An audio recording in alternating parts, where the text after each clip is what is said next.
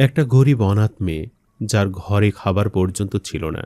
কিন্তু একদিন সে ক্ষুধার্ত একটা কালো বিড়ালকে শেষ বেঁচে থাকা দুধটুকু খেতে দিয়েছিল। আর পরের মুহূর্তেই সেই বিড়াল রেখে গেল একটি সোনার মুদ্রা। কিন্তু আসল ভয়ঙ্কর ঘটনা শুরু হয় তখন, যখন গ্রামের এক লোভী মানুষ সেই রহস্যময় বিড়ালটাকে ধরে নিজের ঘরে বন্দি করে ফেলে। তারপর তার বাড়িতে যা ঘটেছিল সেটা দেখে পুরো গ্রামের মানুষ আতঙ্কে কেঁপে উঠেছিল। সবুজ পাহাড় আর ঘন সাদা কুয়াশায় ঘেরা এক নিভৃত গ্রামের একেবারে শেষ প্রান্তে একটি ছোট কাঁচা ঘরে একা বাস করত এক অনাথ তরুণী, যার নাম ছিল রাফিয়া। বয়স কম হলেও জীবনের কঠিন বাস্তবতা তাকে অনেক আগেই বয়সের চেয়েও বেশি পরিণত করে তুলেছিল। পৃথিবীতে তার নিজের বলতে ছিল শুধু একটি জরাজীর্ণ মাটির ঘর আর একটি শান্ত স্বভাবের গাভী, যার নাম সে ভালোবেসে রেখেছিল মেঘলা। রাফিয়ার জীবনে মেঘলা কেবল একটি পশু ছিল না, বরং ছিল তার একমাত্র সঙ্গী, নীরব আশ্রয় এবং বেঁচে থাকার শেষ ভরসা। ছোটবেলাতে রাফিয়া তার বাবাকে হারিয়েছিল। মৃত্যুর আগে বাবা মেয়ের জন্য রেখে গিয়েছিলেন শুধু এই গাভীটুকু, আর সেই স্মৃতি আঁকড়ে ধরেই তার পুরো জীবন যেন ধীরে ধীরে গড়ে উঠেছিল। প্রতিদিন ভোরের আলো ফোটার আগেই সে ঘুম থেকে উঠে পড়ত। প্রথম কাজই ছিল মেঘলার পাশে গিয়ে তার গায়ে হাত বুলিয়ে দেওয়া, তারপর যত্ন করে দুধ দহন করা। বড় একটি মাটির কলসিতে সেই দুধ ভরে মাথায় করে সে গ্রামের বাজারের দিকে হাঁটত। গ্রামের মানুষ রাফিয়াকে খুব ভালোভাবে চিনত। অভাবের মধ্যে থেকেও সে কখনো দুধে পানি মেশাত না, কখনো কারোর সাথে প্রতারণা করত না। তার সততা আর নীরব স্বভাবের জন্য সবাই তাকে সম্মান করত। কিন্তু দারিদ্র্য যেন তার জীবনের অবিচ্ছেদ্য ছায়া হয়েছিল। দুধ বিক্রি করে যা সামান্য আয় হতো তার বেশিরভাগই চলে যেত মেঘলার খাবার আর রাখার জায়গার ভাড়ায়। নিজের জন্য সে অনেক সময় শুধু শুকনো ভাত খেত, আবার কখনো পুরো দিনই না খেয়ে কাটিয়ে দিত। যে চারণভূমিতে মেঘলাকে রাখা হতো সেটির মালিক ছিল গ্রামের এক প্রভাবশালী কিন্তু অত্যন্ত লোভী জমিদার, নাম তার বশির মোল্লা। বাহিরে থেকে নিজেকে ধার্মিক ও সম্মানিত মানুষ হিসাবে উপস্থাপন করলেও ভেতরে সে ছিল নিষ্ঠুর, স্বার্থপর এবং টাকার লোভে অন্ধ। রাফিয়ার অসহায় অবস্থাকে সে সুযোগ হিসাবেই দেখত। প্রায়ই ভাড়ার টাকা বাড়িয়ে দিত, ভয় দেখাত, এমনকি কখনো কখনো অপমান করত। মেয়েটার কষ্ট তার মনে একটুও দয়া জাগাত না। তবু রাফিয়ার একটি অভ্যাস ছিল যা সে কখনো বাদ দিত না। সে বিশ্বাস করত সৃষ্টিকর্তার সৃষ্টি কোনো প্রাণীকে কষ্ট না দিয়ে সাহায্য করলে জীবনে এক ধরনের অদৃশ্য বরকত নেমে আসে। তাই প্রতিদিন বাজারে দুধ বিক্রি শেষে হাঁড়ির তলায় পড়ে থাকা সামান্য দুধ সে একটি ছোট পাত্রে করে বাজারের পেছনের গলিতে রেখে আসত, যেন ক্ষুধার্ত কোনো প্রাণী অন্তত একটু খাবার পায়। সেই মুহূর্তগুলোতে তার ক্লান্ত মনে হলেও এক অদ্ভুত শান্তি নেমে আসত। কিন্তু একদিন হঠাৎ করেই তার জীবনে কঠিন এক ঝড় নেমে এলো। বিকেলের দিকে বশির মোল্লা তার ঘরের সামনে এসে কঠিন গলায় ঘোষণা করল, আগামী শুক্রবার থেকে চারণভূমির ভাড়া দ্বিগুণ করা হবে। সময় মতো টাকা দিতে না পারলে মেঘলাকে নিয়ে যাবে এবং রাফিয়াকে ঘর ছাড়া করা হবে। কথাগুলো শুনে রাফিয়ার বুকের ভেতরটা হঠাৎ শূন্য হয়ে গেল।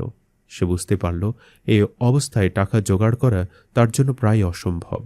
মেঘলাকে হারানোর চিন্তায় তার চোখ ভিজে উঠল। সেদিন মন ভার করে সে বাজারে গেল। মাথায় দুধ ভরা কলস ছিল ঠিকই, কিন্তু মুখের হাসি হারিয়ে গিয়েছিল। দুশ্চিন্তায় তার চোখে মুখে ক্লান্তির ছাপ স্পষ্ট হয়ে উঠেছিল। ঠিক তখনই বাজারের এক কোণে সে একটি অদ্ভুত কালো বিড়াল দেখতে পেল। গ্রামের কেউ এমন বিড়াল আগে কখনো দেখেনি। তার লোম ছিল গভীর রাতের মতো কালো, আর চোখ দুটি সবুজ আলোয় অস্বাভাবিকভাবে জ্বলছিল। প্রাণীটির চলাফেরায় ছিল এক রহস্যময় শান্তি, যেন সে সাধারণ কোনো প্রাণী নয়। বিড়ালটি ধীরে ধীরে রাফিয়ার কাছে এসে দাঁড়ালো এবং কলসির দিকে তাকিয়ে রইল। তার দৃষ্টিতে এমন এক অদ্ভুত গভীরতা ছিল যা দেখে রাফিয়ার মনে হলো প্রাণীটি যেন তার মনের সব কষ্ট বুঝতে পারছে। নিজের কষ্টের মাঝেও রাফিয়া সেই ক্ষুধার্ত প্রাণীটিকে ফিরে দিতে পারল না। সে একটি ছোট পাত্রে দুধ ঢেলে বিড়ালটির সামনে রাখল। প্রাণীটি শান্তভাবে দুধ পান করল এবং শেষ করে একবার রাফিয়ার দিকে তাকালো, যেন কোনো অদৃশ্য কৃতজ্ঞতা প্রকাশ করছে। তারপর ধীরে ধীরে গলির অন্ধকারে মিলিয়ে গেল। সময় এগিয়ে চলল। শুক্রবারও ধীরে ধীরে কাছে এসে গেল। রাফিয়া অনেক চেষ্টা করেও প্রয়োজনীয় টাকা জোগাড় করতে পারল না। শুক্রবার সকালে মেঘলা দুধ দহনের সময় তার চোখ থেকে অশ্রু ঝরছিল। মনে হচ্ছিল এটাই হয়তো শেষ সকাল। যখন সে নিজের হাতে মেঘলার পাশে দাঁড়িয়ে আছে। ভারী মন নিয়ে সে যখন কলস মাথায় করে ঘর থেকে বের হলো, তখন দরজার সামনে এসে হঠাৎ থমকে দাঁড়ালো। সে রহস্যময় কালো বিড়ালটি আবার সেখানে বসে আছে, যেন অনেকক্ষণ ধরে তার অপেক্ষায় ছিল। বিড়ালটি এবারও কলসির দিকে তাকালো এবং ধীরে একটি নরম শব্দ করল। রাফিয়া কষ্টের মাঝেও হালকা হাসল এবং বলল, এই পৃথিবীতে কোনো প্রাণীর ক্ষুধা যেন অবহেলা না পায়। সে আবার দুধ ঢেলে দিল। ঠিক তখনই হঠাৎ কলসের ভেতর থেকে একটি ছোট ধাতব শব্দ শোনা গেল। রাফিয়া চমকে নিচে তাকাতেই দেখল দুধ শেষ হয়ে গেছে, আর সেখানে চকচকে সোনালি একটি মুদ্রা পড়ে আছে। সে কাপা হাতে সেটি তুলে নিল। সকালের আলোয় মুদ্রাটি এমনভাবে ঝলমল করছিল যেন ছোট একটি সূর্য সেখানে লুকিয়ে আছে। তার নিঃশ্বাস আটকে গেল। সে চারিদিকে তাকালো, কিন্তু কালো বিড়ালটি আর সেখানে নেই। মনে হলো যেন বাতাসের সাথে মিলে গেছে। রাফিয়া মুদ্রাটি বুকের কাছে চেপে ধরল। তার মনে হলো এটি শুধু একটি ধন নয়, বরং তার সততা, ধৈর্য এবং দয়ার কোনো অদৃশ্য প্রতিদান। সে দ্রুত ঘরের ভেতরে গিয়ে মুদ্রাটি লুকিয়ে রাখল এবং ভারী মন নিয়ে আবার বাজারের দিকে রওনা দিল। সেদিন বিকেলে বশির মোল্লা আবার তার সামনে এসে দাঁড়ালো। তাচ্ছিল্যের হাসি দিয়ে বলল, এবার নিশ্চয়ই কিছুই জোগাড় করতে পারিসনি। কিন্তু এবার রাফিয়ার চোখে ভয় ছিল না। শান্ত অথচ দৃঢ় কণ্ঠে সে বলল, তার সব পাওনা সে পরিশোধ করবে, এমনকি আগাম ভাড়াও দেবে। তারপর কাপড়ের ভেতর থেকে সে সোনার মুদ্রাটি বের করে তার হাতে দিল। মুদ্রা দেখে বশির মোল্লার চোখ বিস্ময়ে বড় হয়ে গেল, কিন্তু সে বিস্ময় দ্রুতই লোভে রূপ নিল। সে বুঝতে পারল এর পেছনে নিশ্চয়ই কোনো রহস্য আছে। সে কিছু না বলে মুদ্রাটি শক্ত করে মুঠোয় নিয়ে চলে গেল, কিন্তু তার চোখের ভেতরে লোভের আগুন স্পষ্ট জ্বলছিল। সেদিন থেকে রাফিয়ার জীবনে এক অদ্ভুত পরিবর্তন শুরু হলো। প্রায় প্রতিদিনই সেই কালো বিড়ালটি তার ঘরের সামনে এসে বসে থাকত। রাফিয়া তাকে দুধ দিত, আর প্রতিবারই তার সামনে রেখে যেত একটি করে সোনার মুদ্রা। ধীরে ধীরে তার ভাঙ্গা ঘর মেরামত হলো। মেঘলার জন্য ভালো খাবার আসতে লাগলো, আর তার জীবন ধীরে ধীরে দারিদ্র্যের অন্ধকার থেকে বেরিয়ে আসতে শুরু করলো। সবকিছু পাওয়ার পরও রাফিয়ার ভেতরের মানুষটা একটু বদলায়নি, বরং সময়ের সাথে সাথে সে আরও বেশি সহানুভূতিশীল, আরও বেশি মানবিক হয়ে উঠেছিল। সে গ্রামে একসময় দারিদ্র্য তাকে কোণঠাসা করে রেখেছিল। সে একই গ্রামে এখন সে নিঃস্ব মানুষদের জন্য এক ভরসার নাম। অসহায় বৃদ্ধদের জন্য সে নিয়মিত খাবারের ব্যবস্থা করত। যাদের ঘরে খাবার ছিল না তাদের কাছে চুপি চুপি সাহায্য পৌঁছে দিত। আর যেসব ছোট খামারি তাদের দুধ ঠিকভাবে বিক্রি করতে পারত না, তাদের কাছ থেকেও ন্যায্য দামের চেয়ে বেশি দিয়ে দুধ কিনে নিত, যেন তাদের মুখে অন্তত একবেলার হাসি থাকে। খুব অল্প সময়ের মধ্যেই পুরো গ্রাম রাফিয়াকে নতুন চোখে দেখতে শুরু করল। মানুষ তাকে শুধু একজন ধনী নারী হিসেবে নয়, বরং একজন দয়ালু, ন্যায়পরায়ণ এবং হৃদয়বান মানুষ হিসাবে সম্মান করতে লাগলো। গ্রামের ছোট বড় সবাই তাকে রাফিয়া আপা বলে ডাকত। তার নামের সঙ্গে এখন আর দারিদ্র্যের গল্প জড়ানো ছিল না, বরং জড়িয়ে গিয়েছিল ভালোবাসা আর শ্রদ্ধার এক নতুন অধ্যায়। কিন্তু মানুষের ভালোবাসার ভিড়ে সবাই সমান খুশি ছিল না। সবচেয়ে বেশি অস্বস্তিতে ছিল বশির মোল্লা। দূর থেকে সে প্রতিদিন রাফিয়ার পরিবর্তিত জীবন দেখত, আর ভেতরে ভেতরে হিংসা আর সন্দেহে পড়ে যেত। তার মাথায় একটাই প্রশ্ন ঘুরে বেড়াত, একসময় নিঃস্ব এই মেয়ে হঠাৎ এত সম্পদের মালিক হলো কিভাবে? এই প্রশ্ন ধীরে ধীরে তার মনে ভয়ঙ্কর কৌতূহল তৈরি করল, আর সেই কৌতূহল একসময় লোভে রূপ নিল। একদিন ভোরের দিকে যখন আকাশে এখনো পুরোপুরি আলো ফোটেনি, বশির মোল্লা চুপচাপ রাফিয়ার ঘরের আশেপাশে এসে লুকিয়ে পড়ল। শুকনো খড় আর গাছপালার আড়ালে বসে সে অপেক্ষা করতে লাগলো, যেন কোনো বড় রহস্যের শেষ প্রান্তে পৌঁছাতে যাচ্ছে। তার চোখে তখন শুধু একটাই লক্ষ্য, সত্যিটা যেভাবেই হোক বের করতে হবে। কিছুক্ষণ পর রাফিয়া স্বাভাবিকভাবেই ঘর থেকে বের হলো। তার হাতে ছিল একটি ছোট পাত্র। সে শান্তভাবে তাতে দুধ ঢেলে ঘরে দরজার পাশে রেখে দিল। তার মুখে ছিল এক ধরনের অভ্যাসের শান্ততা, যেন এটা তার প্রতিদিনের সাধারণ কাজ। ঠিক সেই মুহূর্তে দূর অন্ধকার থেকে আবারও বেরিয়ে এলো সেই রহস্যময় কালো বিড়ালটি। আগের মতো নিঃশব্দ, আগের মতোই অদ্ভুতভাবে শান্ত। সে ধীরে ধীরে এসে দুধ পান করতে লাগলো। কিছুক্ষণ পরে ঘটে সেই পরিচিত ঘটনা। পাত্রের ভেতরে টুং করে পড়ে গেল একটি সোনার মুদ্রা, আর মুহূর্তের মধ্যেই বিড়ালটি যেন বাতাসে মিলিয়ে গেল। খড়ের আড়ালে লুকিয়ে থাকা বশির মোল্লার চোখে সেই দৃশ্য যেন আগুন জ্বালিয়ে দিল। সে আর নিজেকে ধরে রাখতে পারল না। দ্রুত দৌড়ে গিয়ে পাত্র থেকে মুদ্রাটি তুলে নিল। মুদ্রাটি তখনও দুধের উষ্ণতায় হালকা গরম ছিল। তার হাতে ধরে থাকা সেই মুদ্রায় যেন তার লোভকে আরো গভীর করে তুলল। নিজের মনে সে ফিসফিস করে বলল, এ রহস্য কোনো সাধারণ বিষয় নয়। এই প্রাণী আসলে সম্পদের উৎস, আর এই সম্পদ কোনো গরিব মেয়ের হাতে থাকা উচিত না। এটা তার নিজের হওয়া উচিত। সেই মুহূর্তে তার মাথায় এক ভয়ঙ্কর পরিকল্পনার জন্ম নিল। পরদিন ভোরে বশির মোল্লা একটি শক্তিশালী জাল নিয়ে আবার রাফিয়ার ঘরের আশেপাশে লুকিয়ে রইল। তার চোখে তখন আর কোনো মানবিকতা ছিল না, ছিল শুধু লোভ আর অধিকারবোধ। সে ঠিক করেছিল আজ যে কোনো মূল্যে সে রহস্যময় কালো বিড়ালটাকে ধরে ফেলবে। যখন কালো বিড়ালটি আবারও রাফিয়ার ঘরের সামনে এসে দাঁড়ালো, ঠিক সেই মুহূর্তে বশির মোল্লা হঠাৎ করে ঝাঁপিয়ে পড়ল। মুহূর্তের মধ্যে সে প্রাণীটার ওপর শক্ত জাল ফেলে দিল। বিড়ালটি ভয় আর আঘাতে ছটফট করতে লাগলো। তার ধারালো নখ বশির মোল্লার হাতে আঁচড় কেটে রক্ত বের করে দিল। তবু লোভে অন্ধ মানুষটি তাকে ছাড়ল না। অনেক কষ্টে সে প্রাণীটিকে একটি মোটা বস্তার ভেতরে ভরে দ্রুত নিজের বাড়ির দিকে নিয়ে গেল। বাড়ি থেকে সে দরজার জানালা শক্ত করে বন্ধ করে দিল। তারপর ধীরে ধীরে বস্তা খুলল। কালো বিড়ালটি বেরিয়ে এসে চারিদিকে তাকালো। তার সবুজ চোখ দুটি এবার আগের চেয়েও বেশি ঠান্ডা আর ভয়ঙ্কর লাগছিল। বশির মোল্লা তাড়াতাড়ি একটি বড় পাত্রে তাজা দুধ ঢেলে তার সামনে রেখে কৃত্রিম হাসি দিয়ে বলল, এখন থেকে সে এখানেই থাকবে, যত ইচ্ছা দুধ খাবে, আর প্রতিদানে তাকে সোনার মুদ্রা দিতে হবে। কিন্তু আশ্চর্যের বিষয়, বিড়ালটি দুধের দিকে তাকালোও না। সে ধীরে ধীরে ঘরের এক কোণে গিয়ে শান্তভাবে বসে পড়ল। তার চোখে কোনো ভয় ছিল না, বরং ছিল এক অদ্ভুত স্থিরতা, যা বশির মোল্লার বুকের ভেতর অজানা আতঙ্ক তৈরি করছিল। সময় গড়াতে লাগলো। 1 ঘন্টা, 2 ঘন্টা, এমনকি পুরো রাত কেটে গেল, কিন্তু বিড়ালটি এক ফোঁটা দুধও স্পর্শ করল না। বশির মোল্লার ধৈর্য ভেঙে যেতে লাগলো। শেষে রাগে চিৎকার করে উঠল, দুধ খাও, তারপর আমাকে সোনা দাও। তবু কোনো সাড়া নেই। শেষ পর্যন্ত দাঁত চেপে সে বলল, সে এখন থেকে এই ঘরেই বন্দি থাকবে। দুধ খাবে বা না খাবে, তাকে সোনা দিতেই হবে। অন্যদিকে রাফিয়া প্রতিদিনের মতো দরজার পাশে দুধ রেখে অপেক্ষা করছিল, কিন্তু সেই কালো বিড়াল আর ফিরে এলো না। সকাল গড়িয়ে দুপুর হলো, দুপুর গড়িয়ে সন্ধ্যা এলো, তবু তার কোনো দেখা পাওয়া গেল না।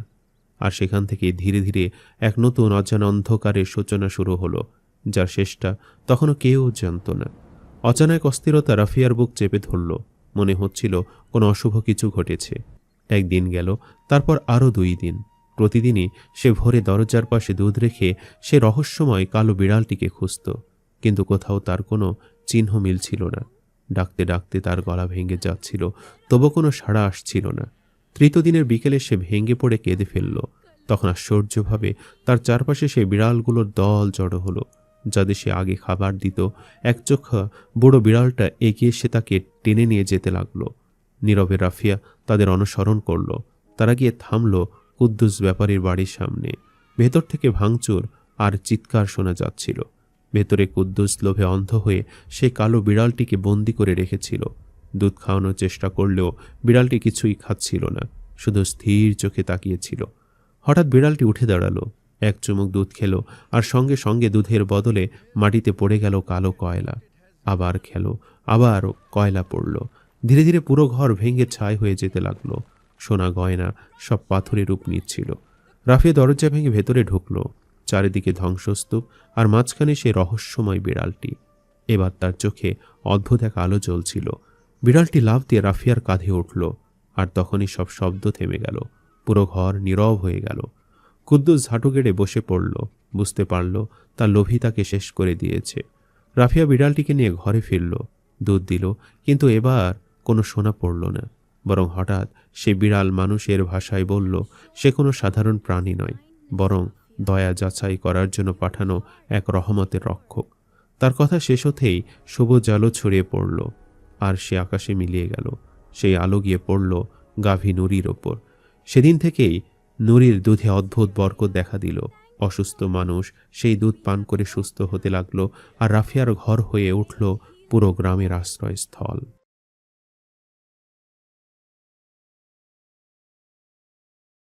একটি প্রাচীন কাহিনী প্রচলিত আছে, যা বেইতুল মুকদ্দাসের এক নির্জন গ্রামের বুকে ঘটেছিল। যেখানে কাদামাটির ঘর আর সরু পথের মাঝে বাস করতেন এক দরিদ্র দরবেশ, যার জীবন ছিল অভাবের কঠিন পরীক্ষায় ঘেরা, কিন্তু হৃদয় ছিল অবিচল ঈমান ও ধৈর্যে পরিপূর্ণ। তার নাম ছিল ইউসুফ। যদিও গ্রামের মানুষ তাকে উপহাস করে কখনো বালঙ্ক, আবার কখনো অলস ফকির বলে ডাকত, কারণ তার শরীর ছিল অত্যন্ত শুকনো, গালের হাড় স্পষ্ট দেখা যেত, চামড়া রোদে পুড়ে গাঢ় হয়ে গিয়েছিল, আর জীর্ণ কাপড়ে তার দেহ কোনোভাবে ঢাকা থাকত। তবু তার চোখে ছিল এমন এক স্থিরতা যা দুনিয়ার কষ্টকে অতিক্রম করে আসমানের দিকে তাকিয়ে থাকত। প্রতিদিন ভোরে নীরবতায় এবং সন্ধ্যার অন্ধকারে সে দুহাত তুলে প্রার্থনা করত, হে এই জগতের মালিক, তুমি যদি আমাকে দুর্বল ও ক্ষুদ্র করে সৃষ্টি করে থাকো, তবে এমন রিজিক দাও যা আমি অপমান ও কষ্ট ছাড়া পেতে পারি, যেন আমাকে কারো দরজায় হাত পাততে না হয়। তার কণ্ঠে কোনো অভিযোগ ছিল না, ছিল না দুনিয়ার প্রতি ক্ষোভ, ছিল শুধু এক সরল আরতি, যেন প্রভু তার সম্মান রক্ষা করেন। গ্রামের কিছু দয়ালু মানুষ তার দুরবস্থা দেখে মাঝে মাঝে খাবার এনে দিত, ফলে তার পেটের আগুন সাময়িকভাবে নেভাত। কিন্তু অন্য একদল লোক তার এই প্রার্থনাকে বিদ্রূপের চোখে দেখত। তারা হাসাহাসি করে বলতো, দেখো তো, এই দাড়িওয়ালা মানুষটি কি অদ্ভুত কথা বলে, পরিশ্রম ছাড়া রিজিক চাই। পৃথিবীতে কি এমন কেউ আছে যে শ্রম ছাড়া আহার পেয়েছে? নবী ও রাসূলগণ পর্যন্ত নিজেদের জীবিকা অর্জনে পরিশ্রম করেছেন, আর সে কিনা বসে বসে ধন সম্পদের স্বপ্ন দেখে। তাদের কথাই ছিল উপহাস, কিন্তু ইউসুফের মনে ছিল না কোনো প্রতিক্রিয়া, কারণ সে বিশ্বাস করত মানুষের বিদ্রূপ সাময়িক, কিন্তু আল্লাহর রহমত চিরস্থায়ী। এক রাতে সে দীর্ঘ সময় ধরে দোয়া করতে করতে ক্লান্ত হয়ে পড়ল, কিন্তু থামল না। তার কণ্ঠ শুকিয়ে গেল, চোখে ঘুম নেমে এলো, তবুও সে প্রার্থনা জারি রাখল, যেন সেই রাতেই তার ভাগ্যের কোনো সিদ্ধান্ত লেখা হবে। ভোরের আলো ফুটতেই হঠাৎ এক অদ্ভুত ঘটনা ঘটল। একটি বিশাল ও মোটা গরু ছুটে এসে তার কাঁচা ঘরের দরজা ভেঙে সরাসরি উঠোনে ঢুকে পড়ল, যেন অদৃশ্য কোনো শক্তি তাকে সেখানে ঠেলে দিয়েছে। ইউসুফ বিস্ময়ে হতবাক হয়ে মাটিতে সিজদায় পড়ে গেল এবং কৃতজ্ঞতার অশ্রু ঝরাতে ঝরাতে বলতে লাগলো, হে প্রভু, তুমি আমার আরতি শুনেছ, তুমি আমাকে অপমান থেকে রক্ষা করেছ। গরুটির দিকে তাকিয়ে তার মনে নানা পরিকল্পনা জেগে উঠল। সে ভাবল, চামড়া দিয়ে সুন্দর গালিচা বানাবে, মাংসের একটি অংশ গরিবদের মাঝে বিলিয়ে দেবে, এমনকি যারা তাকে উপহাস করেছে তাদেরও অংশ দেবে, আর বাকিটুকু দিয়ে নিজের ক্ষুধার কষ্ট দূর করবে। এ চিন্তায় উজ্জীবিত হয়ে সে ছুরি হাতে নিল এবং এক মুহূর্ত দেরি না করে গরুটিকে জবাই করল, কারণ তার বিশ্বাস ছিল এটি তার দোয়ার সরাসরি উত্তর। কিন্তু ভাগ্যের লিখন ছিল ভিন্ন। গরুটিকে দড়ি দিয়ে বেঁধে যখন সে কসাইখানার দিকে নিয়ে যাচ্ছিল, তখন হঠাৎ এক ব্যক্তি ছুটে এসে তার কলার চেপে ধরল এবং ক্রোধে কাঁপতে কাঁপতে বলল, হে অন্যায়কারী, তুমি আমার গরুটি কেন হত্যা করলে? আমি বছরের পর বছর পরিশ্রম করে তাকে বড় করেছি, নিজের সন্তানের মতো লালন করেছি, আর তুমি এক মুহূর্তে সব শেষ করে দিলে। লোকটির নাম ছিল হামিদ। সে গ্রামের একজন পরিশ্রমী কৃষক, যার জীবনের একমাত্র সম্পদ ছিল সেই গরুটি। তার চিৎকারে মুহূর্তে আশপাশে ভিড় জমে গেল, আর সবাই বিস্মিত চোখে এই অদ্ভুত ঘটনার দিকে তাকিয়ে রইল। ইউসুফ শান্ত কণ্ঠে বলল, তুমি ভুল বুঝছ, এই গরু আমার জন্য পাঠানো হয়েছে। এটা আমার বহু বছরের প্রার্থনার ফল। গত রাতে আল্লাহ আমার আরতি কবুল করে এটা আমার উঠোনে পাঠিয়েছেন। ভিড়ের মধ্যে ফিসফাস শুরু হলো। কেউ তার কথায় বিশ্বাসের আভাস পেল, আবার কেউ তাকে পাগল বলে অভিহিত করল। হামিদ রাগে চিৎকার করে উঠল, তুমি কি আমাদের বোকা বানাতে চাও? কোনো প্রাণী পথ হারিয়ে তোমার উঠোনে ঢুকেছে বলেই কি সে তোমার হয়ে গেল? দোয়ার কথা বলে অন্যের সম্পদ নেওয়ার অধিকার কে তোমাকে দিয়েছে? ইউসুফের চোখে তখনও ছিল অটল বিশ্বাস।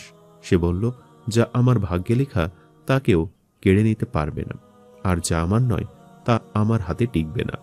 এই উত্তপ্ত বাক্য বিনিময়ের মাঝে গ্রামবাসীরা সিদ্ধান্ত নিল বিষয়টি বিচারকের কাছে নিয়ে যাওয়া হবে, কারণ এটি শুধু একটি গরুর প্রশ্ন নয়, এটি ছিল বিশ্বাস, পরিশ্রম ও ভাগ্যের ব্যাখ্যার প্রশ্ন, যার উত্তরে নির্ধারণ করবে সত্যিকার ন্যায় কোথায়। গরুটিকে জবাই করার ঘটনার পর হামিদ এক মুহূর্তেও দেরি করল না। সে ইউসুফকে গলির ভেতর দিয়ে টেনে হিঁচড়ে কাজীর আদালতের দিকে নিয়ে যেতে লাগলো এবং উত্তেজনায় তাকে দু একটি ঘুষিও মেরে বসল, যেন ক্রোধেই তার বিচারক হয়ে উঠেছে। রাস্তার দুই পাশে লোকজন জড়ো হলো, কেউ কৌতূহলী, কেউ বিদ্রুপাদ্য ভঙ্গিতে। হামিদ উচ্চস্বরে বলল, হে মানুষ, তোমরা এই দাড়িওয়ালা লোকটির কথা শোনো। সে আমার সম্পদ চুরি করেছে এবং এখন বলে এটি নাকি দোয়ার ফল। যদি কেবল প্রার্থনায় সম্পদ মিলত তবে সব ফকিরই ধনী হয়ে যেত, কিন্তু বাস্তবতা হলো পরিশ্রম ছাড়া কেউ কিছু পায় না। জনতার অনেকেই তার সঙ্গে সায় দিল এবং বলল, ঠিক কথা, সম্পদের মালিকানা হয় ক্রয় বিক্রয়ে, উপহারে, উত্তরাধিকার সূত্রে অথবা বৈধ হস্তান্তরে, কেবল মুখের দোয়ায় নয়। যদি গরুটি তোমার না হয় তবে এর মূল্য পরিশোধ করো, নতবা শাস্তির জন্য প্রস্তুত হও। এ চাপে ইউসুফ আকাশের দিকে তাকিয়ে দীর্ঘশ্বাস ফেলল এবং বলল, হে প্রভু, তুমি জানো আমি কেবল তোমার কাছে প্রার্থনা করেছি, মানুষের কাছ থেকে নয়।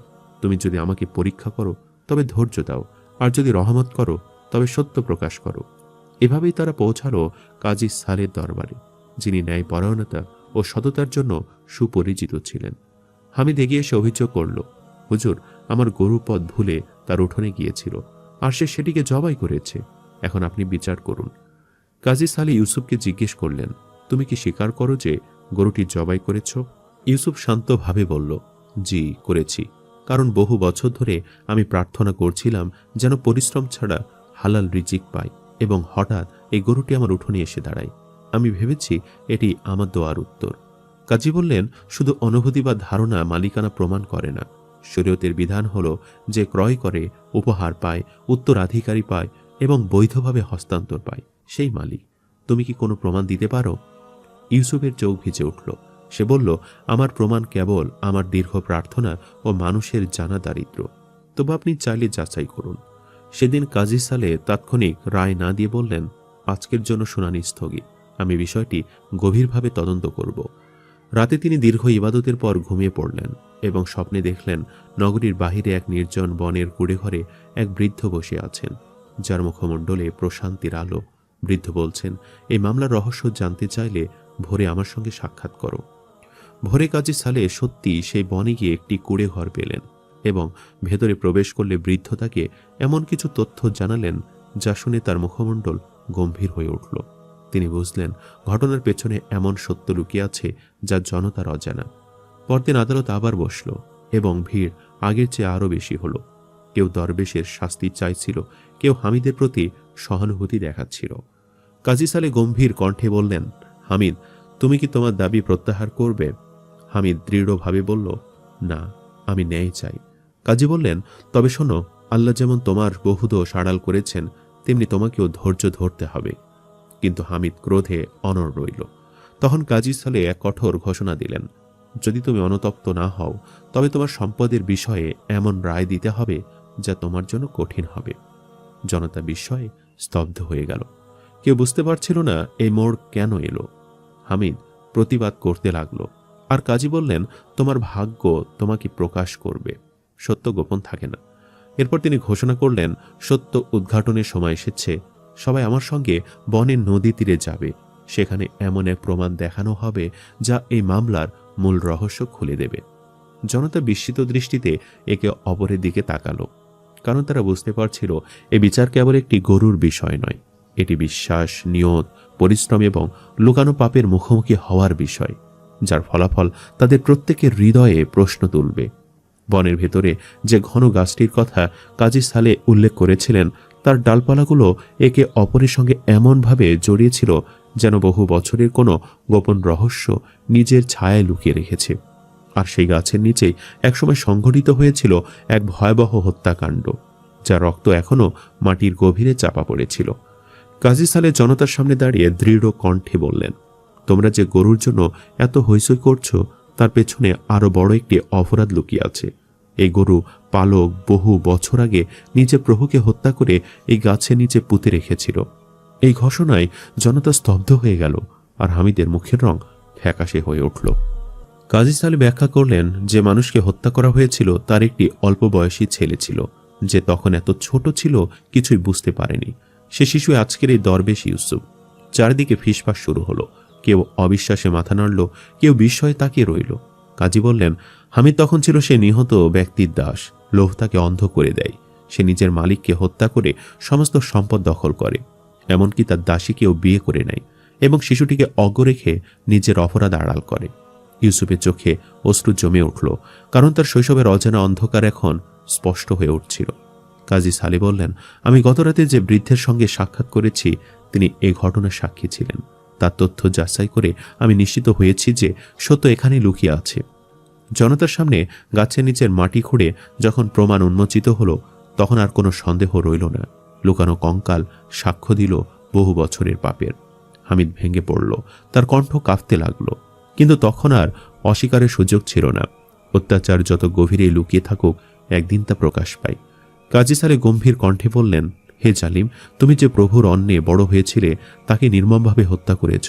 আজ সেই পাপের বিচার তোমার সামনে দাঁড়িয়ে আছে।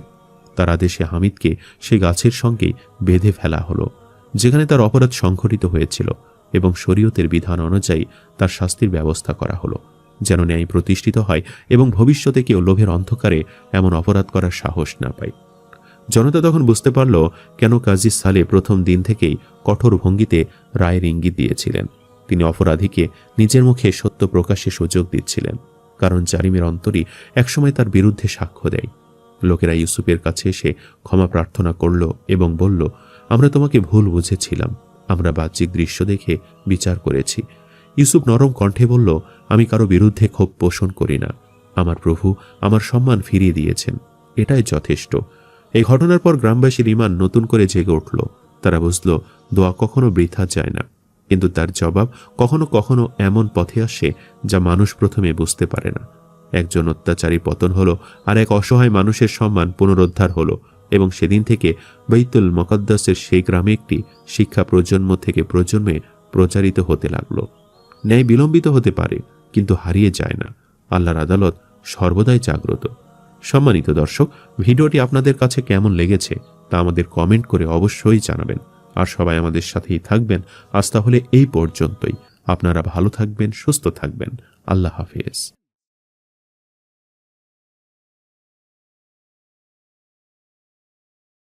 একজন গরিব কৃষক মাঝরাতে তুলে নেওয়া হলো তাকে।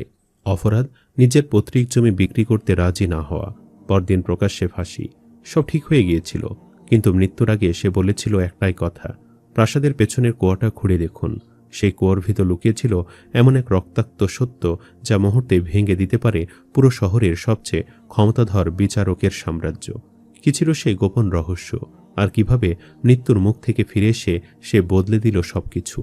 গতরাতের গভীর নীরবতায় নূরনগর বস্তির কাঁচা ঘরগুলো নিঃশব্দে ঘুমিয়েছিল, যেন পুরো পৃথিবী ক্লান্ত হয়ে বিশ্রাম নিচ্ছে। কিন্তু সেই নিস্তব্ধতার ভেতর এক ঘরে অদৃশ্য আতঙ্ক ঘন কুয়াশার মতো জমে উঠেছিল। আর সেখানে ঘুম ছিল না, ছিল শুধু অজানা বিপদের আশঙ্কা। সেই ঘরে মানুষটির নাম ছিল রহিমউদ্দিন, পেশায় একজন পরিশ্রমী কৃষক, যার কাঁধে বছরের পর বছর রোদ, বৃষ্টি আর মাটির গন্ধ লেগে আছে। হঠাৎ দরজায় প্রচণ্ড ধাক্কার শব্দে তার ঘুম ভেঙে গেল, আর দ্বিতীয়বার আঘাত পড়তেই দরজার কপাট কেঁপে উঠল। দরজা খুলতে দেখা গেল কয়েকজন সশস্ত্র প্রহরী দাঁড়িয়ে আছে। তাদের মুখে কোনো অনুভূতি নেই, কেবল আদেশ পালন করার কঠোরতা।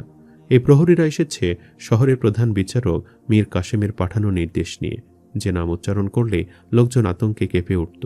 তিনি বাহিরে থেকে ন্যায় বিচারের প্রতীক হলেও ভেতরে ছিলেন লোভ আর নিষ্ঠুরতার এক অন্ধকার সাম্রাজ্যের শাসক। তার আদালতে ন্যায় বিক্রি হতো টাকার বিনিময়ে, আর তার কলম চলত ক্ষমতার ইশারায়। প্রহরীদের নেতা কর্কশ গলায় বলল, এখনই তোমাকে হুজুরের প্রাসাদে যেতে হবে, কোনো প্রশ্ন নয়। কোণে বসে থাকা রহিমউদ্দিনের বৃদ্ধ মা কাঁপতে কাঁপতে ছেলের দিকে তাকিয়ে রইলেন। তার চোখে অসহায়তার জল চিকচিক করছিল। রহিমউদ্দিনের অপরাধ ছিল একটাই, শহরের সীমানা ঘেঁষে থাকা তার পৈতৃক জমি, যেটি তার বাবা আর দাদার স্মৃতির সঙ্গে জড়িয়ে আছে। সে জমির ওপর বিচারকের লোভ জন্মেছিল। তিনি অর্ধেক দামে তা কিনতে চেয়েছিলেন, কিন্তু রহিমউদ্দিন স্পষ্ট ভাষায় জানিয়ে দিয়েছিল যে মাটির সঙ্গে বিশ্বাসঘাতকতা সে করবে না। তাকে টেনে হিস্টে নিয়ে যাওয়া হলো বিচারকের বিশাল প্রাসাদের ভূগর্ভস্থ অন্ধকার কক্ষে, যেখানে বাতাসে স্যাঁতসেঁতে গন্ধ আর নীরব চিৎকারের ইতিহাস লুকিয়েছিল।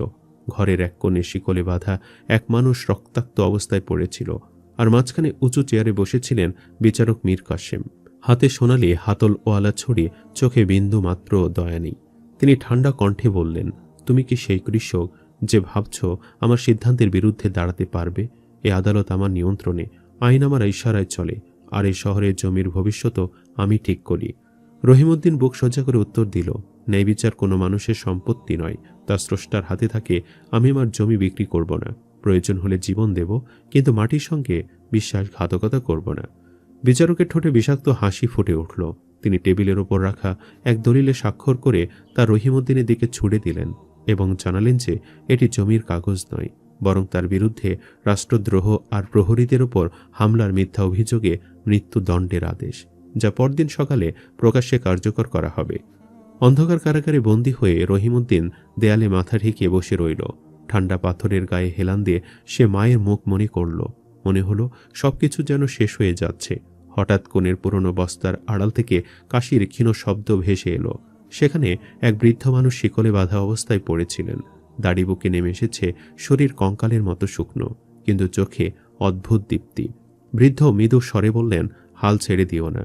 এ নিষ্ঠুর মানুষের এমন এক গোপন সত্য আছে যা প্রকাশ পেলে তার ক্ষমতার দুর্গ মুহূর্তেই ভেঙে পড়বে। রহিমউদ্দিন বিস্ময়ে তার কাছে এগিয়ে গেল, আর বৃদ্ধ তার কানে এমন এক তথ্য ফিসফিস করে বললেন যে তার চোখ বিস্ফোরিত হয়ে উঠল। জানা গেল 10 বছর আগে ক্ষমতার লোভে বিচারক নিজের বড় ভাইকে হত্যা করে প্রাসাদের পেছনের কুয়োয় ফেলে দিয়েছিল এবং সবাইকে দুর্ঘটনার গল্প শোনায় আর সত্য জানার অপরাধে এই বৃদ্ধকে বন্দী করে রেখেছিল। ঠিক তখনই ভারী শব্দে কারাগারে দরজা খুলে গেল। জল্লাদ হাতে চামড়ার চাবুক নিয়ে ঢুকল, আর তার পেছনে বিচারক নিজে দাঁড়িয়ে রইলেন। বিচারক কঠোর গলায় বললেন, কাল সকাল পর্যন্ত অপেক্ষা নয়, এখনই সব শেষ করে দাও, যাতে কেউ আর আমার বিরুদ্ধে দাঁড়াতে সাহস না পায়। কিন্তু রহিমউদ্দিনের মুখে আর ভয় ছিল না। সে দৃঢ় কণ্ঠে বলল, আমাকে মারার আগে প্রাসাদের পেছনের কুয়োটা একবার খুঁড়ে দেখুন, নইলে সেখানে চাপা পড়া সত্য একদিন নিজেই উঠে আসবে। এ কথায় বিচারকের মুখ ফ্যাকাশে হয়ে গেল, যেন তার ভেতরের সব রক্ত সরে গেছে। তিনি বুঝতে পারলেন বহু বছর ধরে লুকিয়ে রাখা পাপের গন্ধ বাহিরে বেরিয়ে পড়েছে। রাগে তিনি জল্লাদকে আদেশ দিলেন বন্দির জিহ্বা কেটে ফেলতে। কিন্তু সেই মুহূর্তে শিকলবন্দি বৃদ্ধ দাঁড়িয়ে গর্জে উঠলেন এবং নিজের পরিচয় দিলেন। তিনি ছিলেন প্রাক্তন প্রধান উপদেষ্টা হাকিম সাঈদ, যিনি হত্যার ঘটনার প্রত্যক্ষ সাক্ষী। ঘরের ভেতর নিস্তব্ধতা নেমে এলো, আর বিচারকের চোখে প্রথমবারের মতো ভয়ের ছায়া দেখা গেল। রহিমউদ্দিন অনুভব করল সত্যের শক্তি পাহাড়ের মতো দৃঢ়। সে শান্ত গলায় বলল, অন্যায়ের সময় যত দীর্ঘই হোক, তার শেষ আছে, আর আজ সেই শেষের শুরু। বিচারক কয়েক মুহূর্ত চোখ বন্ধ করে দ্রুত ভাবতে লাগলেন কিভাবে পরিস্থিতি সামাল দেবেন। কিন্তু ইতিহাসের চাকা তখন ঘুরতে শুরু করেছে, আর সেই চাকার শব্দ ধীরে ধীরে তার ক্ষমতার দেয়াল ভেঙে দেওয়ার প্রস্তুতি নিচ্ছে। বিচারক মীর কাসেম খুব ভালো করে জানতেন, যদি তার পাপের পর্দা একবার সরে যায়, তবে শুধু তার পদমর্যাদা নয়, তার পুরো জীবন ধ্বংসস্তূপে পরিণত হবে। তবু বহু বছরের চর্চিত অভিনয়ের দক্ষতায় তিনি গভীর এক শ্বাস নিয়ে মুখে আবার সেই ধোয়াটে আত্মবিশ্বাসী হাসি ফিরে আনলেন। তিনি ধীর কিন্তু শীতল কণ্ঠে বললেন, তোমরা দুজন কি সত্যিই ভাবছ এই প্রাসাদ থেকে জীবিত বেরিয়ে যেতে পারবে? এই দেয়ালগুলো আকাশ ছোঁয়া, আর আমার সৈন্যরা আমার জন্য প্রাণ দিতেও দ্বিধা করে না। তাই যে গোপন কথা তোমরা জেনেছ তা প্রকাশের আগেই তোমাদের মৃত্যু আরো ভয়ঙ্কর হবে। এই বলে তিনি জল্লাদকে সরে দাঁড়াতে ইশারা করলেন এবং দেয়ালের গোপন কাঠের লিভার টেনে দিলেন। সঙ্গে সঙ্গে ভারী পাথরের দেয়াল গর্জন তুলে সরে গেল, আর সামনে উন্মুক্ত হলো এক অন্ধকার দুর্গন্ধময় সরু পথ, যেখান থেকে পচা মাটি আর বহু পুরনো রক্তের গন্ধ ভেসে আসছিল। রহিমউদ্দিনের দিকে তাকিয়ে বিচারক কটাক্ষ করে বললেন, তুমি তো কুয়োর কথা বলেছিলে, আজ তোমাকে সে কুয়োর আসল চেহারা দেখাবো। তুমি আর এই বৃদ্ধ উপদেষ্টা সেখানে চিরদিনের জন্য চাপা পড়ে থাকবে, যেখানে আমার ভাই বহু বছর ধরে নীরবে শুয়ে আছে। সৈন্যরা তাদের ধাক্কা দিয়ে সেই অন্ধকার পথে নামিয়ে দিল এবং কিছুদূর এগিয়ে এক পরিত্যক্ত উঠোনে নিয়ে গেল, যেখানে বহু পুরনো এক গভীর কুয়ো নিঃশব্দে দাঁড়িয়ে আছে। উপরে দাঁড়িয়ে বিচারক ঘোষণা করলেন, এখান থেকে কেউ ফিরে আসে না, আর কাল সকালে তোমার জমি সরকারি নথিতে আমার নামে নথিভুক্ত হবে। এরপর ভারী লোহার ঢাকনা কুয়োর মুখে বসিয়ে বাহিরে থেকে বন্ধ করে দেওয়া হলো, আর মুহূর্তেই চারপাশ ঘন অন্ধকারে ডুবে গেল। নিচে কেবল টপটপ করে পানি পড়ার শব্দ, যেন মাটির ভেতর লুকিয়ে থাকা কান্না। রহিমউদ্দিন দেয়ালে মুষ্টাঘাত করে হতাশ কণ্ঠে বলল, তবে কি অন্যায় জিতে যাবে? কিন্তু বৃদ্ধ উপদেষ্টা হাকিম সাঈদ তার কাঁধে হাত রেখে দৃঢ় স্বরে বললেন, যে কুয়ো আমাদের কবর ভেবে ব্যবহার করা হয়েছে, সেখানে হয়তো মুক্তির পথ লুকিয়ে আছে। কারণ এই প্রাসাদের নিচ দিয়ে একসময় শুকিয়ে যাওয়া একটি পুরনো নালা শহরের দিকে গিয়েছিল। আশার ক্ষীণ আলোয় রহিমউদ্দিন কুয়োর ভেতরের পাথর আঁকড়ে ধরে নিচে নামতে শুরু করল। যত নিচে নামছিল বাতাস তত ভারী হয়ে উঠছিল, আর হঠাৎ পিচ্ছিল পাথরে পা পিছলে সে গভীর জলে পড়ে গেল।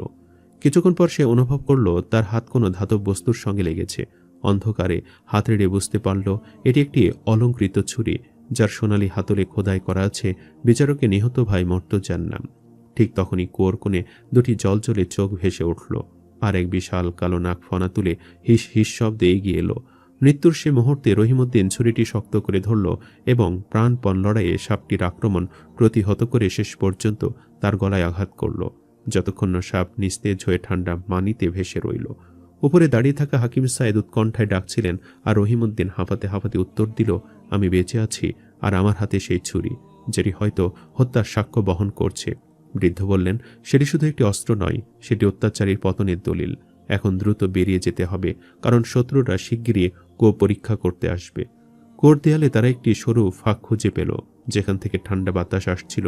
ছুরির সাহায্যে পাথর সরিয়ে অল্প সময়ের মধ্যে একটি সংকীর্ণ সুড়ঙ্গের মুখ উন্মুক্ত হলো, আর দুজন হামাগুড়ি দিয়ে অন্ধকারের ভেতরে এগিয়ে চলল। এদিকে প্রাসাদের ভেতরে অস্থির হয়ে বিচারক তার বিশ্বস্ত সৈন্য রাশেদকে পাঠালেন কুয়ো পরীক্ষা করতে এবং নির্দেশ দিলেন, যদি তারা বেঁচে থাকে তবে গুলি করে শেষ করে দেবে। কিন্তু সৈন্যরা ঢাকনা খুলে দেখে কেবল মৃত সাপ পড়ে আছে, মানুষ দুজন উধাও। খবর পৌঁছাতে বিচারক ক্ষিপ্ত হয়ে উঠলেন এবং পুরো শহর ঘিরে ফেলার আদেশ দিলেন, কারণ তিনি জানতেন সত্য যদি মানুষের কানে পৌঁছে যায় তবে তার সাম্রাজ্য মুহূর্তে ভেঙে পড়বে। এদিকে সুড়ঙ্গের শেষ প্রান্তে রহিমউদ্দিন ও হাকিম সাইদ একটি লোহার জাল ঠেলে ভোরের আলোয় উঠে এলো। সেটি শহরের কেন্দ্র চত্বরে একটি নর্দমার মুখ, আর ঠিক সেখানে জনতা জড়ো হয়েছে, কাঠের মঞ্চ তৈরি হচ্ছে। রহিমউদ্দিনের হৃদয়ে থেমে যাওয়ার উপক্রম হলো যখন সে দেখল তার বৃদ্ধ মাকে সৈন্যরা ধরে এনে দাঁড় করিয়েছে, আর ঘোষণা করা হচ্ছে যে বিদ্রোহীর শাস্তি দেখাতে আজ তাকে উদাহরণ বানানো হবে। রাগে অন্ধ হয়ে সে সামনে এগুতে চাইল। হাকিম সাইদ তার হাত চেপে ধরে বললেন, এখন আবেগে নয়, বুদ্ধিতে লড়তে হবে। আজ সুলতানের প্রেরিত প্রধান বিচারপতি শহরে উপস্থিত আছেন, আমাদের সরাসরি তার কাছে যেতে হবে, কারণ একমাত্র তার আদালতে সত্য শোনা হবে। দুজন দ্রুত ভিড়ের আড়াল দিয়ে সরে গিয়ে ছদ্মবেশে রাজকীয় শিবিরের দিকে রওনা হলো, হাতে সে রক্তমাখা ছুরি, যা শুধু একটি অস্ত্র নয় বরং বহু বছরের গোপন অন্যায়ের জীবন্ত প্রমাণ।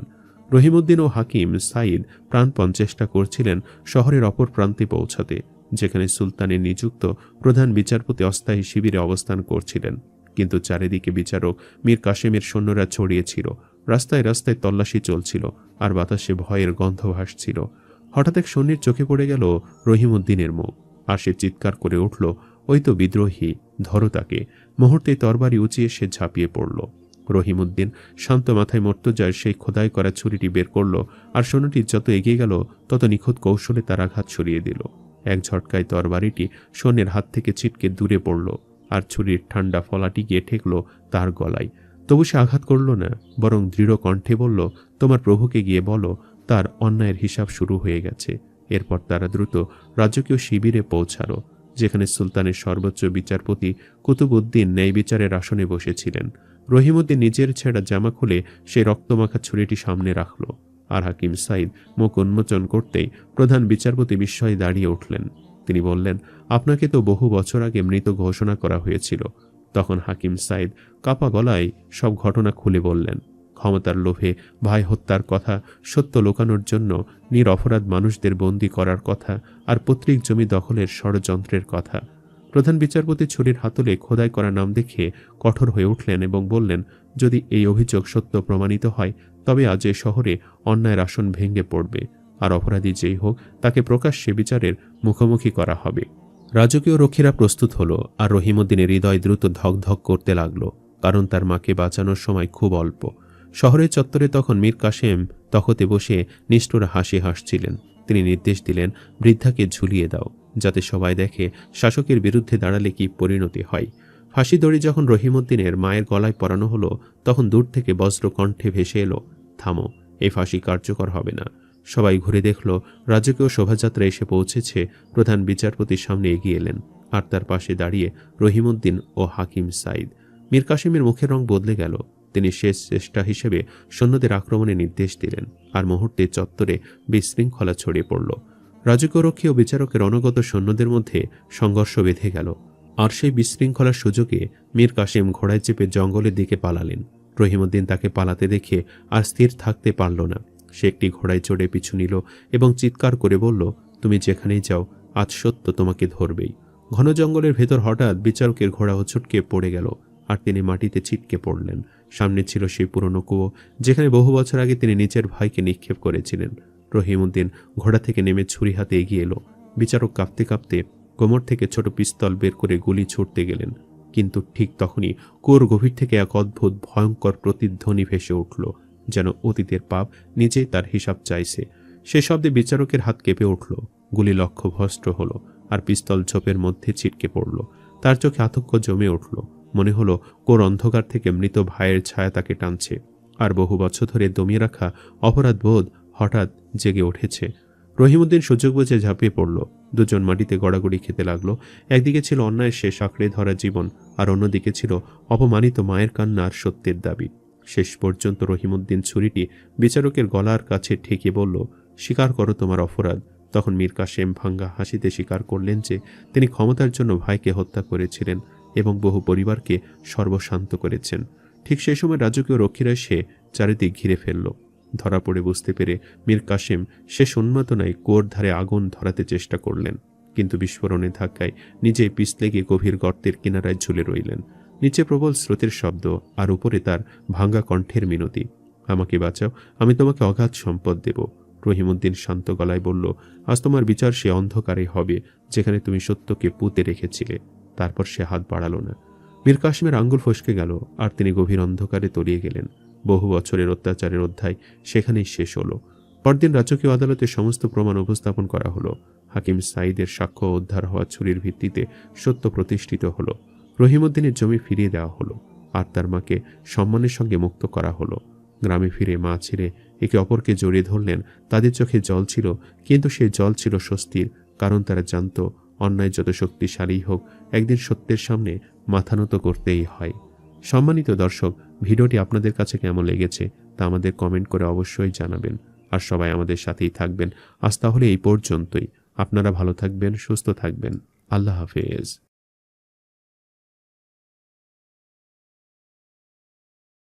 বহুকাল আগে একটি সুন্দর গ্রাম ছিল। এই গ্রামের সবকিছু সবুজ, শান্ত এবং আনন্দময় ছিল। গ্রামের চারপাশে বড় বড় খেজুরের গাছ দাঁড়িয়ে থাকত। গাছগুলো এতই উঁচু ও সবুজ ছিল যে মনে হতো তারা এই গ্রামটাকে রক্ষা করার জন্য পাহারা দিচ্ছে। গ্রামের মধ্যে ছোট ছোট পথ, নরম মাটির রাস্তা আর একটা পুরনো কুয়ো ছিল। সেই কুয়া থেকে ধীরে ধীরে পানি বের হতো, এবং এই কুয়োতে এত বেশি পানি ছিল যে এই পানি অনেক ব্যবহার করেও শেষ হতো না। গ্রামটিতে দূর দূরান্ত থেকে অনেক মানুষ আসত। তাদের সঙ্গে আসতো উট আর মালপত্র। তারা এই গ্রামটাতে কিছুদিন থাকত, বিশ্রাম নিত এবং ফেরার আগে আবার জিনিসপত্র নিয়ে যেত। এই গ্রামের নামটা ছিল সেহেরা, আর সেহেরার মানুষদের কাছে এই গ্রাম ছিল একটা আনন্দের জায়গা। এখানে প্রচুর বৃষ্টি হতো এবং কুয়োর পানি তো ছিলই, কিন্তু সবকিছু স্থায়ী নয়। ধীরে ধীরে এই গ্রামেও খরা দেখা দিতে লাগলো। অনেক দিন হলো আকাশ থেকে বৃষ্টি আসছে না, ফলে প্রতি বছর খরা এবং তীব্র গরম গ্রামটিকে গ্রাস করতে লাগলো। কুয়ায় পানি কমতে শুরু করলো, আর একসময় কুয়ায় শুধু কয়েক ফোঁটা পানি রয়ে গেল। ফলে গ্রামের মানুষরা চিন্তায় পড়ে গেল, বিশেষ করে গ্রামের চৌধুরী সাহেব।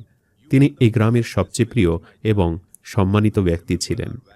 চৌধুরী সাহেব সবসময় গ্রামের মানুষের কল্যাণ চিন্তা করতেন। তার চোখ এই গ্রামের দিকে সবসময় তাকিয়ে থাকত, যেন সব কষ্ট, দুঃখ এবং সমস্যা তিনি নিজ চোখে দেখেন। চৌধুরী সাহেব জানতেন তার গ্রাম এখন বিপদের মধ্যে আছে, কিন্তু তার হাতে একটা গোপন ক্ষমতা ছিল। তিনি এই গ্রামের শেষ প্রান্তে একটি বড় কঠিন চূড়ার মধ্যে একটি গোপন কুয়ো খুঁজেছিলেন। তিনি তার পিতামাতার সঙ্গে একটি অঙ্গীকার করেছিলেন যে কখনো এই কুয়ার কথা কেউ জানবে না যতক্ষণ না বিপদ আসছে, এবং এখন সেই সময় এসে গেছে। চৌধুরী সাহেবের সামনে দাঁড়িয়েছিলেন তার ভাতিজা শাহিদ। শাহিদ যুবক, শক্তিশালী এবং দৃঢ় প্রতিজ্ঞ, কিন্তু শাহিদের চোখে ছিল খুব লোভ। চৌধুরী সাহেব শাহিদকে ধীরে ধীরে বললেন, বাবা, কুয়ায় পানি খুব কমে গেছে, মানুষ এতে খুব কষ্ট পাচ্ছে। আমাদের এখন সময় এসেছে সেই গোপন কুয়ার কথা জানানোর। এই কথা শুনে শাহিদের চোখে এক অদ্ভুত আগ্রহ জ্বলে উঠল। শাহিদ তখন জানতে চাইল, কি গোপন জিনিসের কথা বলছেন চাচা? আরও কি গোপন আছে যা আমরা জানি না? চৌধুরী সাহেব ইশারা করলেন গ্রামের শেষ প্রান্তে, যেখানে খেজুরের গাছটি শুকিয়ে গেছে, সেই চৌকো চূড়ার দিকে।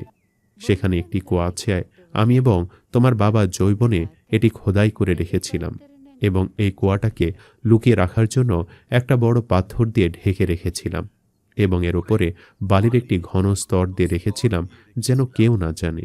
এই কুয়ার পানি খুব মিষ্টি। চৌধুরী সাহেব শাহিদের কাঁধে হাত রেখে বললেন, এখন এই কুয়ার যত্ন ও বন্টনের দায়িত্ব তোমার। তবে মনে রেখো, এই কুয়োর কথা যেন কেউ না জানে। তখন শাহিদ মনে মনে ভাবতে লাগলো, এই কুয়া শুধু বস্তি বাঁচানোর জন্য নয়, বরং এটি তার শক্তি ও ক্ষমতার চাবিকাঠি। সে ভাবল, চাচা তাকে বিশ্বাস করেছেন, আর এটি সে নিজের লাভের জন্য ব্যবহার করতে পারে। একদিন রাতে শাহিদ চুপচাপ সে গোপন কুয়ার দিকে গেল। চৌধুরী সাহেব বিশ্বাস করেছিলেন যে শাহিদ তা সঠিকভাবে ব্যবহার করবে, কিন্তু শাহিদ কুয়ায় পৌঁছানোর পর সেখান থেকে চুরি করে পানি বের করতে শুরু করল এবং সেটি বাজারে বিক্রি করতে শুরু করল। সে শুধু ধনীদের কাছে পানি বিক্রি করছিল, সাধারণ মানুষের কাছে সে পানি বিক্রি করেনি। এদিকে ছোট্ট খালিদ, যে ছিল এই গ্রামের 8 বছরের একটা ছেলে, সে দরিদ্র হলেও তার মধ্যে ছিল সততা ও ন্যায়বোধ। খালিদ চৌধুরী সাহেবকে অনেক ভালোবাসত। চৌধুরী সাহেব তাকে খেজুর গাছে ওঠানো, ভালো এবং খারাপ খেজুর চেনার উপায় সবকিছু শিখিয়েছিলেন। একরাতে খালিদ দেখতে পেল শাহিদ কুয়ার পানি গোপনে বিক্রি করছে। খালিদ বুঝতে পারল যে চৌধুরী সাহেব কখনো গ্রামের মানুষদের কাছে এই পানির কথা গোপন করবেন না। তাই খালিদ সিদ্ধান্ত নিল শাহিদকে হাতে নাতে ধরবে। পরদিন রাতে খালিদ শাহিদের পিছু নিল। খালিদ লক্ষ্য করল শাহিদ ভুল করে চৌধুরী সাহেবের একটি পুরনো জুতা পরে সেই কুয়োর কাছে এসেছে এবং তাড়াহুড়ো করতে গিয়ে সেই জুতাখানা সেখানে ফেলে এসেছে। শাহিদ সেখান থেকে চলে গেলে খালিদ সেই জুতোটা নিয়ে নেয় এবং পরদিন চৌধুরী সাহেবকে সব বলে এবং সেই জুতো দেখায়। তখন শাহিদের ঘরের সামনে নিজের পায়ের একটি জুতো দেখে চৌধুরী সাহেব বুঝলেন শাহিদ গোপন কুয়ার পানি চুরি করছে। তিনি খালিদকে সতর্ক করলেন যে গ্রামের মানুষরা খালিদের কথায় বিশ্বাস নাও করতে পারে। পরের দিন গ্রামের মানুষরা পানি নিতে জড়ো হলো। চৌধুরী সাহেবকে দেখতে না পেয়ে তারা ভাবল চৌধুরী সাহেব হয়তো অসুস্থ। এদিকে শাহিদ কৌশলে তাদের দেখালো যে পানি খুবই কম, কিন্তু খালিদ সাহস দেখিয়ে বলল, এই কুয়ার পানি শাহিদ গোপনভাবে বিক্রি করছে, আসুন দেখুন।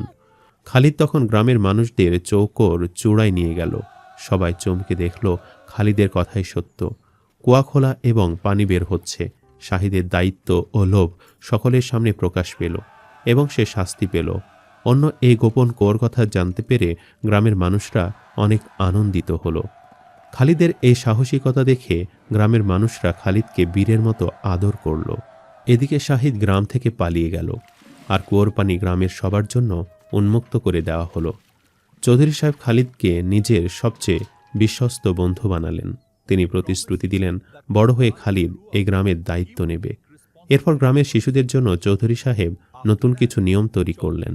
সবাইকে শেখানো হলো খেজুরের গাছের চারপাশে নিরাপদভাবে চলা, কুয়ার পানি সংরক্ষণ করা এবং গোপন স্থাপনাগুলো রক্ষা করা।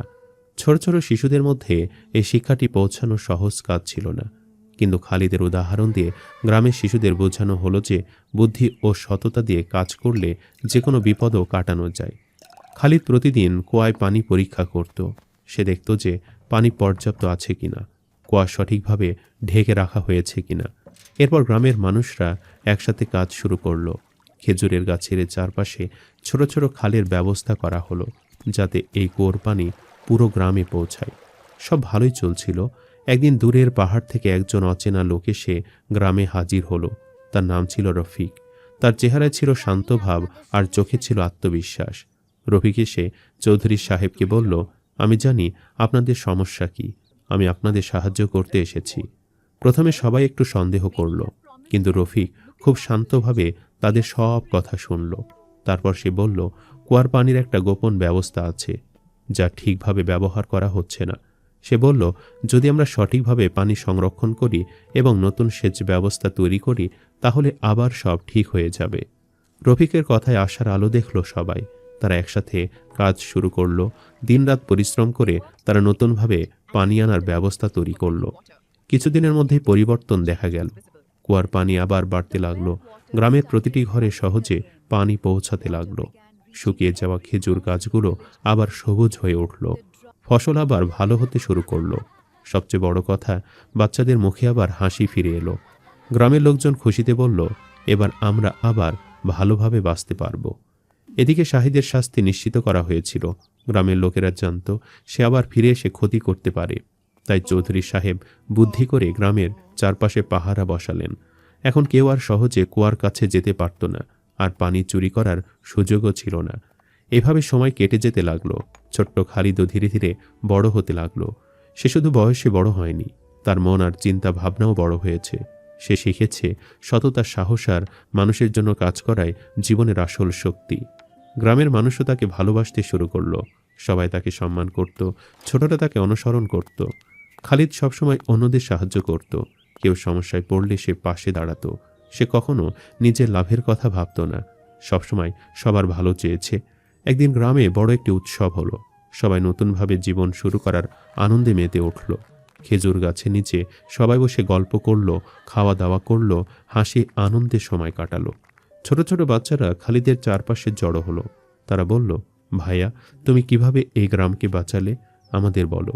খালিদ হাসল, তারপর ধীরে ধীরে তার ছোটবেলার গল্প বলতে শুরু করলো। কিভাবে সে সত্যটা খুঁজে বের করেছিল, কিভাবে সে সাহস করে চৌধুরী সাহেবকে বলেছিল। বাচ্চারা মন দিয়ে শুনল, তাদের চোখে অনুপ্রেরণা জ্বলে উঠল। এরপর চৌধুরী সাহেব সবাইকে বললেন, এই গ্রাম শুধু আমাদের নয়, এটা আমাদের ভবিষ্যৎ প্রজন্মেরও। আমরা যদি এটাকে ভালোভাবে রক্ষা করি, তাহলে আমাদের সন্তানরা শান্তিতে বড় হবে। এভাবে একটি ছোট গ্রাম আবার নতুন জীবন ফিরে পায়, মানুষের ভালোবাসা, সাহস আর সততার মাধ্যমে।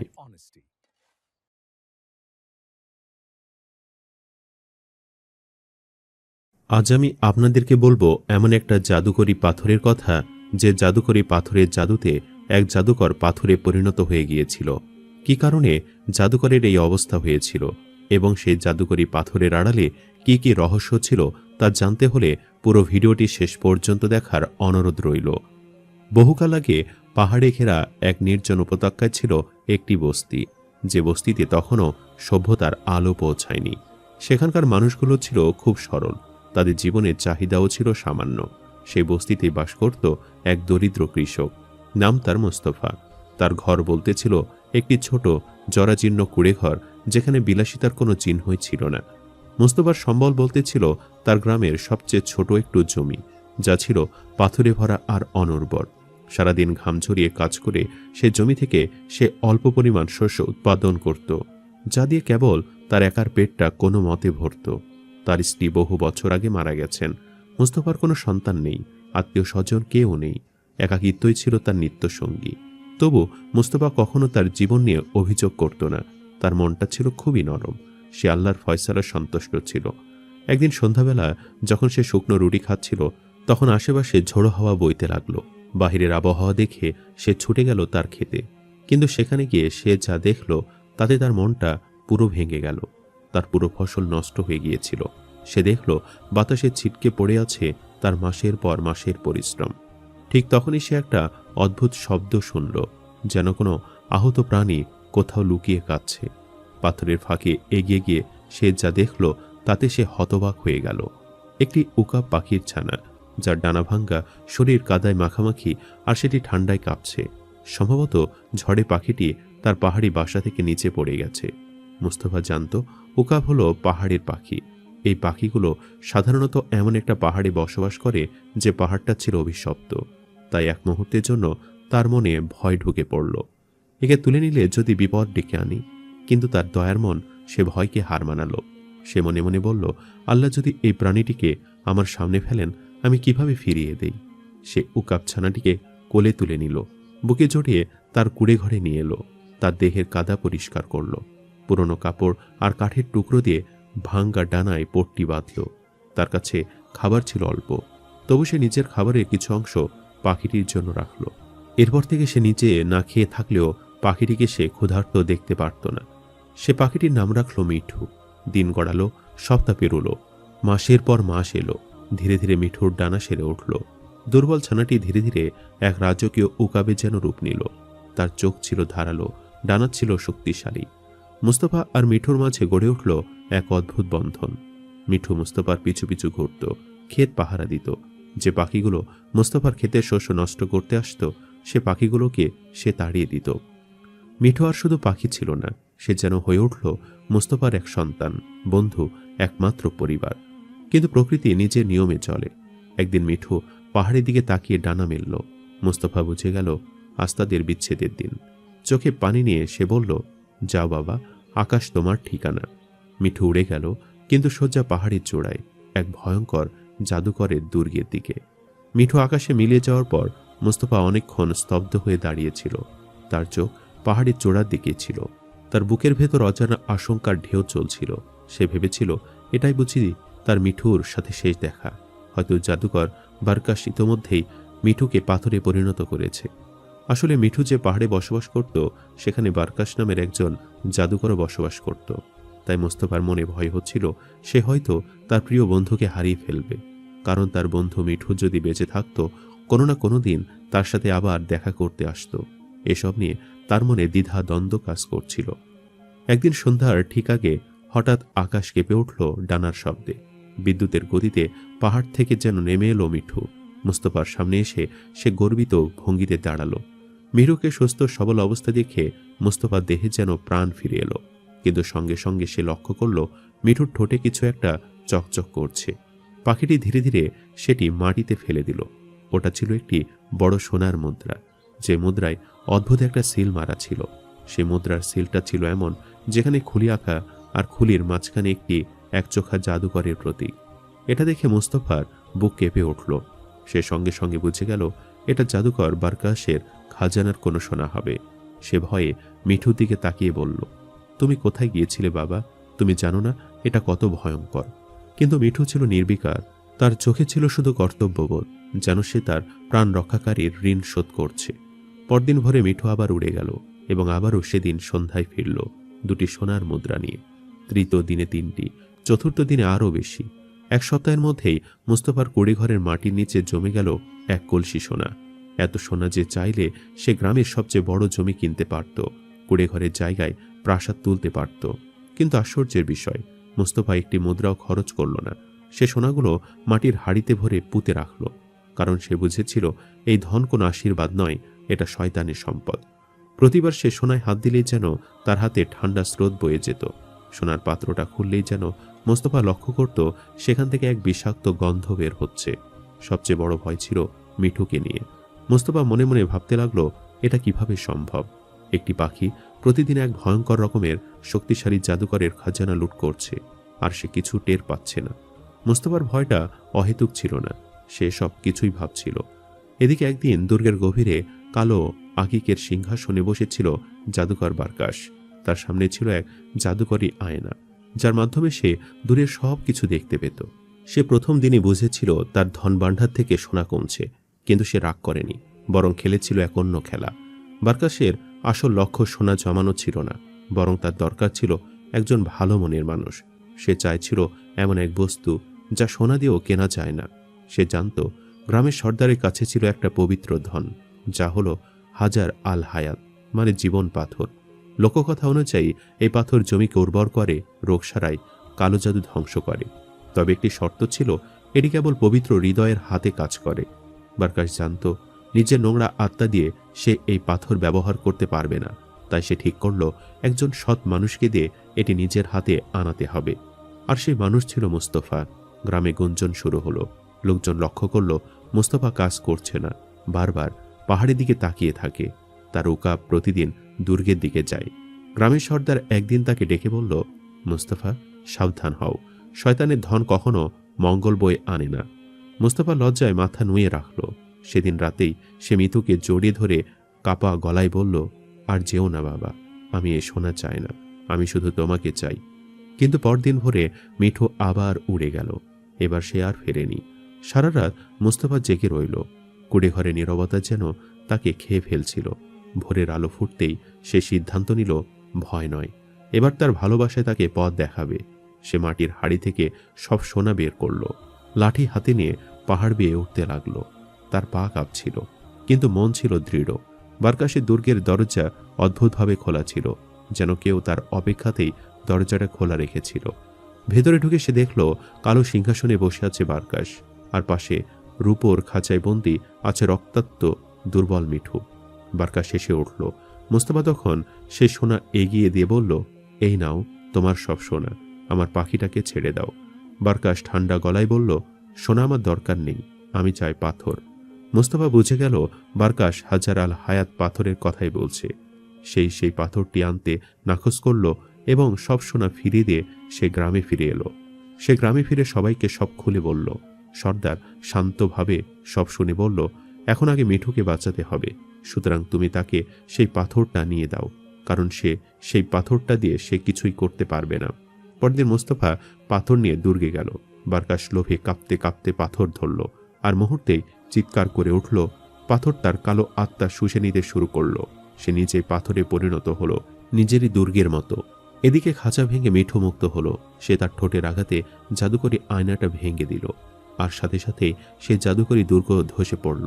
মোস্তফা আর মিঠু কোনো মতে বেরিয়ে এলো। গ্রামে ফিরে মোস্তফা পাথরটা সর্দারকে ফিরিয়ে দিল।